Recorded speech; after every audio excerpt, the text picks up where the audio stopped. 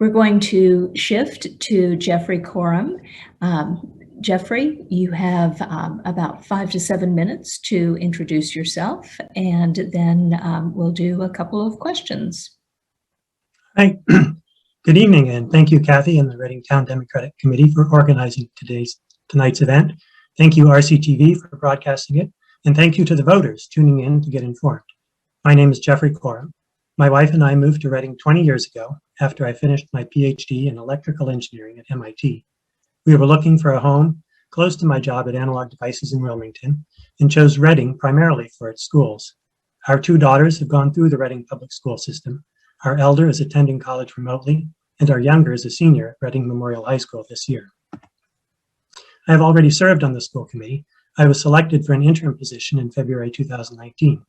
I believe that selection was due to my extensive involvement with the budget process. As PTO treasurer for 12 years, a budget parent for 4 years, and treasurer for the Yes for Reading campaigns in 2016 and 2018. I was PTO treasurer at Birch Meadow, Coolidge, and RMHS, so I have worked with principals and seen some of the financial needs at all 3 levels. I personally filed for 501c3 tax-exempt status for both the Birch Meadow PTO and the RMHS PTO.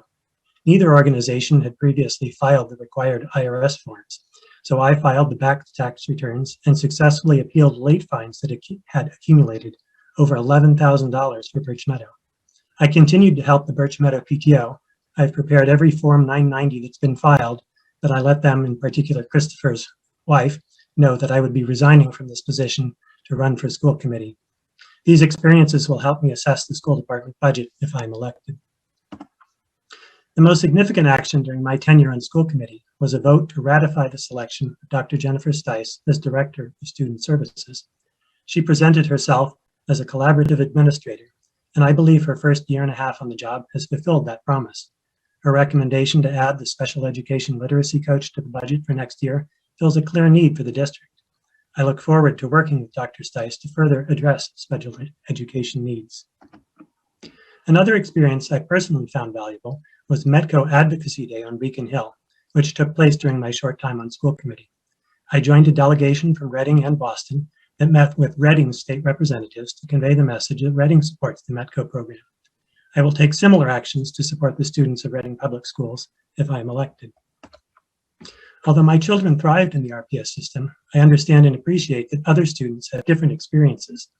As set-build volunteer for the RMHS Drama Club for 5 years, I observed many students with passions outside of textbooks and exams.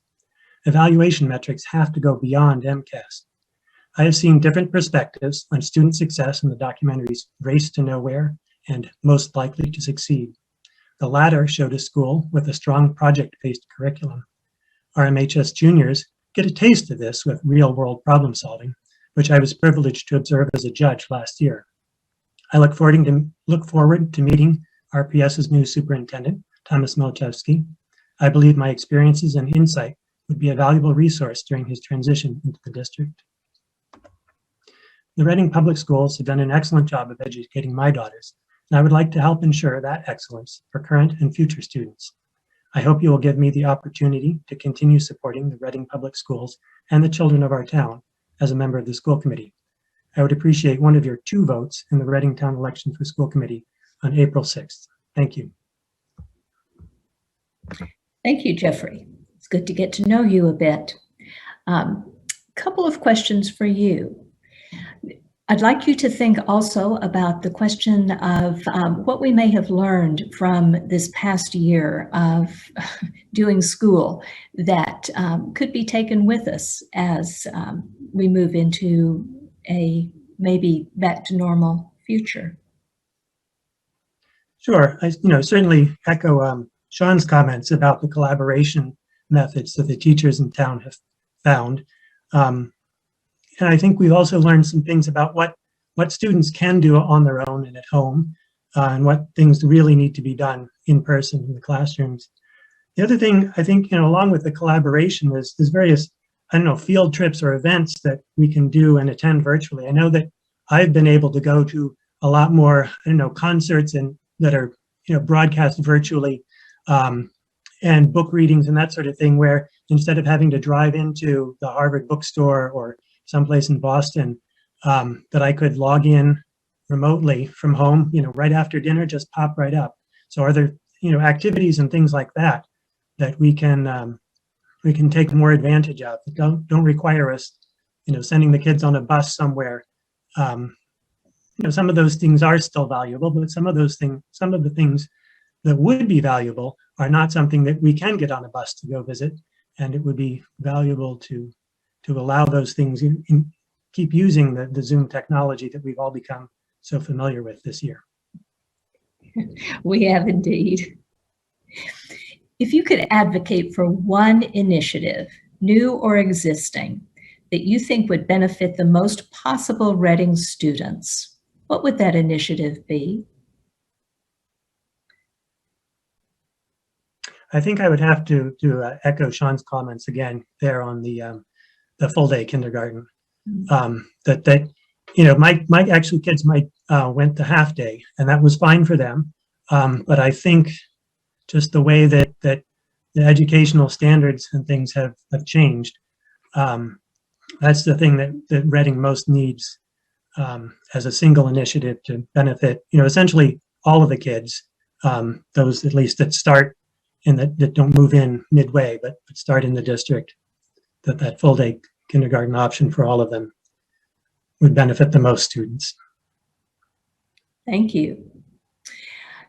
We do have a new superintendent starting, as you mentioned, and I'm curious what kinds of interactions you would expect to have with the new superintendent, and what kinds of steps you might advocate that he take.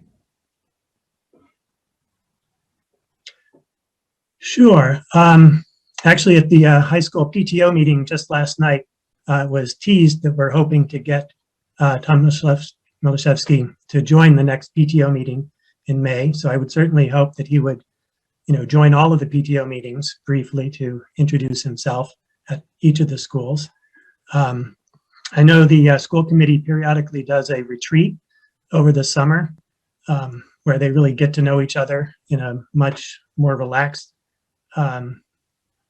sort of a more relaxed setting, where they talk about kind of long-term goals without specific tying into an agenda.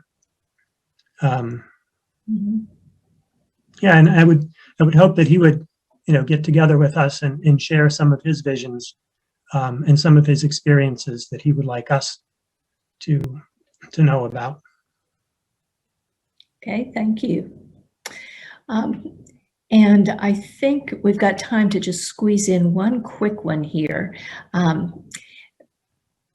How can the school committee members improve access to information about what's going on in the schools and with the school committee for the community at large?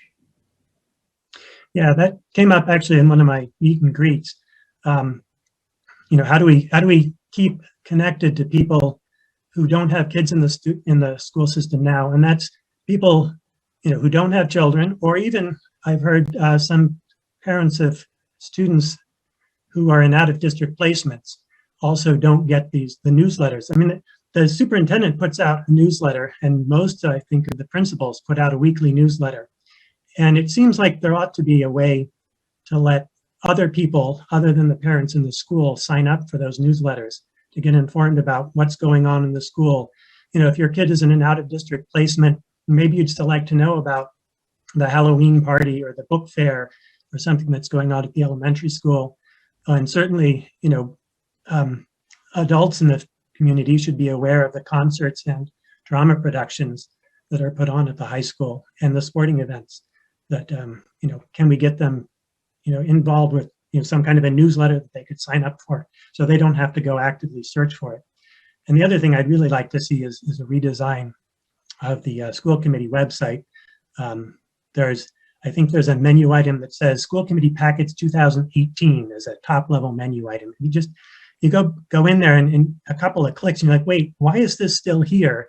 And why is this over in this folder instead of over in that folder? And I'm looking for this other document, and why can't I find it in the area that I expect to find it in?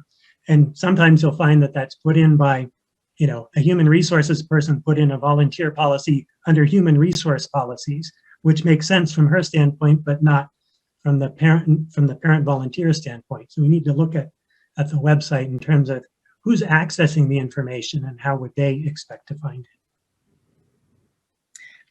Thank you. Appreciate your introduction and your response to some of those issues that came up.